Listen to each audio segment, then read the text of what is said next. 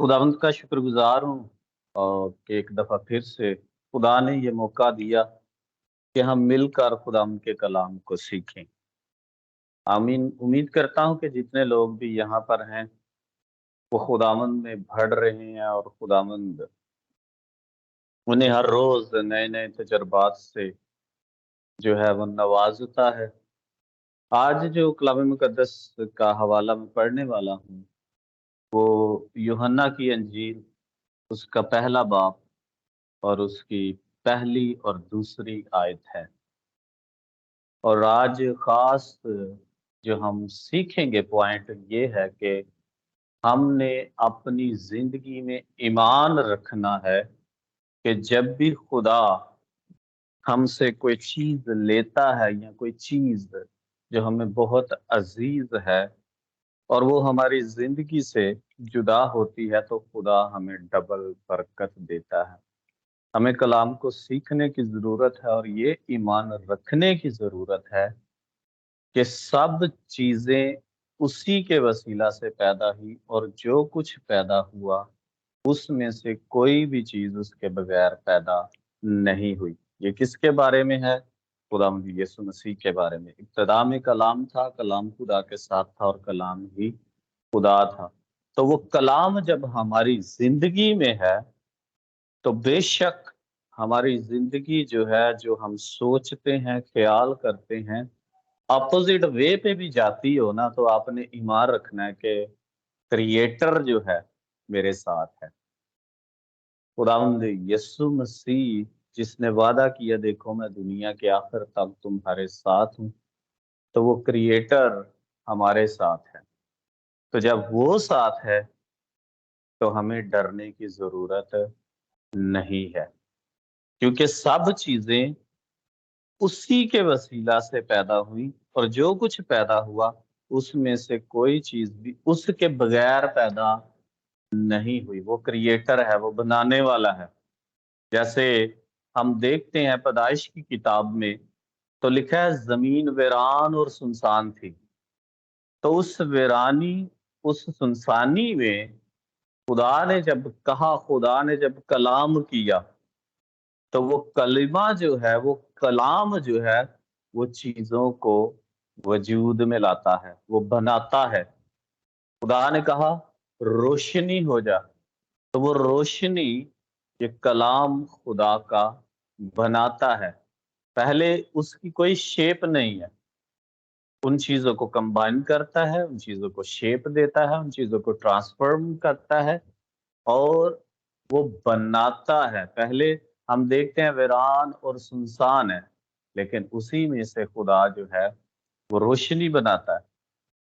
जब रोशनी बनती है, जो ऑलरेडी एग्जिस्टिंग चीजें हैं, खुदा उनको शेप देता है।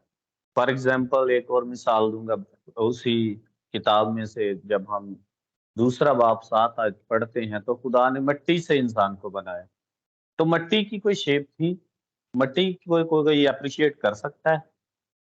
तो मिट्टी को जब खुदा ने लिया, तो ये कलमा जो है खुदा यीशु मसीह, वो क्या करता है? काम करता है। उस मिट्टी को एक शेप दी, उस मिट्टी के नथनों में जिंदगी का दम फूंका। मिट्टी की कोई तारीफ नहीं कर सकता, लेकिन आदम की तारीफ हम करते हैं। आज भी आदम की तारीफ होती है। उसकी एक सूरत बना देता है। सब चीजें उसके बगैर कोई चीज पैदा नहीं हुई, उसके वसीला से पैदा हुई। तो फॉर एग्जाम्पल जब आदम को गहरी नींद में भेजा गया, उसकी पसली निकाली गई, तो जुदा की गई। उसके जिस्म से हड्डी जो है वो निकाली गई, पसली निकाली गई, जुदा की गई। वो इस प्रोसेस से गुजरता है। वो हम ऑपरेशन क्या लेते हैं, सादा लफ्जों में एक ऑपरेशन होता है। जब इस ऑपरेशन से गुजरता है, तो उसको पहले मालूम नहीं था कि खुदा ने मेरे अंदर हवा को रखा हुआ है, मेरे अंदर वो सीड है, मेरे अंदर वो बीज है जिससे नस्ले इंसानी ने आगे बढ़ना है। वो इस बड़े तजर्बे से उस टाइम तक नहीं गुजरा था जब तक खुदा ने उसे गहरी नींद में ना भेजा और उसकी एक पसली निकाली और उस पसली से खुदा ने हवा को बनाया। और जब वो हवा को देखता है तो फिर कहता है, ये मेरी पसलियों में से एक पसली है, ये मेरी हड्डी में से हड्डी है।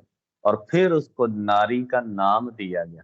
नारी तब तक नहीं बनी जब वो इस तजर्बे से नहीं गुजरा। तो खुदा जब चीजों को हमारी जिंदगी से लेता है तो उनको कम नहीं करता। ये याद रखना है, उनको कम नहीं कि वो हमारे जिस्म का एक हिस्सा कम नहीं हुआ, बल्कि वो हमारी क्वालिटीज, वो हमारी खूबियां, वो हमारे अंदर जो खुदा का जलाल है वो जाहिर होता है। और उसने नारी को बनाया, उनको बढ़ाया और उनको बरकत दी, बढ़ो फलो और जमीन को ममूरो, महकूम कर दो। वो खुदा के जलाल के लिए था। जो कुछ भी खुदा करता है हमारी जिंदगी में वो उसके जलाल के लिए है। और तब तक हम तजर्बा नहीं करते जब तक खुदा उन चीजों को हमारी जिंदगी से लेता नहीं है या हमारी जिंदगी में वो काम नहीं करता। इंसानी सोच के मुताबिक तो ऐसा लगता है कि शायद जिंदगी में कमी आ रही है, लेकिन कभी भी हमारी जिंदगी में कमी नहीं आती बल्कि खुदा बढ़ाता है। फॉर एग्जाम्पल, जब हम देखते हैं, इब्राहिम से खुदा ने वादा किया कि तेरी नस्ल के वसीला से जमीन की सब कौमें बरकत पाएंगी। अब उसकी उम्र गुजरती जा रही है, वो बूढ़ा हो चुका है और वो सोच रहा होगा कि खुदा ये कैसे होगा, मेरी तो औलाद ही नहीं। लेकिन खुदा जो है अपने जलाल के लिए चीजें जो है उनका वेट करवाता है, इंतजार करवाता है। उसको इंतजार करना पड़ा था, फिर भी वो ईमान में मजबूत रहा। तो आज देखें, हम कहते हैं इब्राहिम, इसहाक और यकूब का खुदा। खुदा ने जैसे पैदाइश के वक्त काम किया कि उसकी कोई शक्ल सूरत नहीं थी, वीरान और सुनसान थी, वहां पर रोशनी की, वहां चांद सितारों को खुदा ने जो है तख्लीक में लेकर आया। और खुदा इसी तरह आज भी काम करता है। खुदा ने इब्राहिम की लाइफ में काम किया, उस नस्ल के वसीला से आज देखें जमीन की कौमें बरकत पाती हैं। और वो नस्ल कौन है? वही कलमा जिसका आज हम पढ़ रहे हैं। इब्तिदा में कलाम था, कलाम खुदा के साथ था, कलाम खुदा था और उसके वसीला से सब चीजें पैदा हुई। पलूस रसूल ने अपने खतों में कहा कि वो नस्ल से मुराद यीशु मसीह है। तो यीशु मसीह जब हमारी जिंदगी में है तो वो क्रिएटर है, वो बनाने वाला है। तो हमने ये अपनी जिंदगी में यकीन करना है कि खुदा जब कोई भी चीज हमसे जुदा करता है, अलग करता है, ले लेता है, तो वो कमी नहीं आई बल्कि हमारी बढ़ोतरी हो रही है। हम ग्रोथ कर रहे हैं, हम बढ़ रहे हैं। जैसे 5 रोटियां ते 2 मछलियां खुदावंद यीशु मसीह ने ले ली। 5 रोटियों और 2 मछलियों को ले लिया। अब वीराने में, सुनसान में, जगह में कुछ लोग सोच रहे होंगे, उस बच्चे के पास तो सिर्फ 5 रोटियां थी, 2 मछलियां, और वो भी ले ली गई। अगर वो देता ना तो इस बड़े तजर्बे को ना जान लेता। वो बड़ा तजर्बा क्या था? उसको नहीं मालूम था कि ये मेरी 5 रोटियां और 2 मछलियां जो है, इनसे 5,000 मर्द के करीब और औरतों और बच्चों के अलावा जो है वो शेर हो सकते हैं। ना सिर्फ वो शेर हो सकते हैं, ना वो खा पी के जो है बचे हुए 12 टुकड़े भी बच सकते हैं, या 12 टोकरे भी जो है वो बच सकते हैं। तो खुदा बड़े तजर्बात हमें अपनी जिंदगी में जो है वो करवाता है। लेकिन जो चीजें हैं जाती हैं तो हम उनके लिए शुक्रगुजारी नहीं करते। उसने शुक्रगुजारी करके दे दी खुदा की हजूरी में। उसने यकीन किया कि ये सब चीजों को बनाने वाला है, ये सब चीजों को पैदा करने वाला है।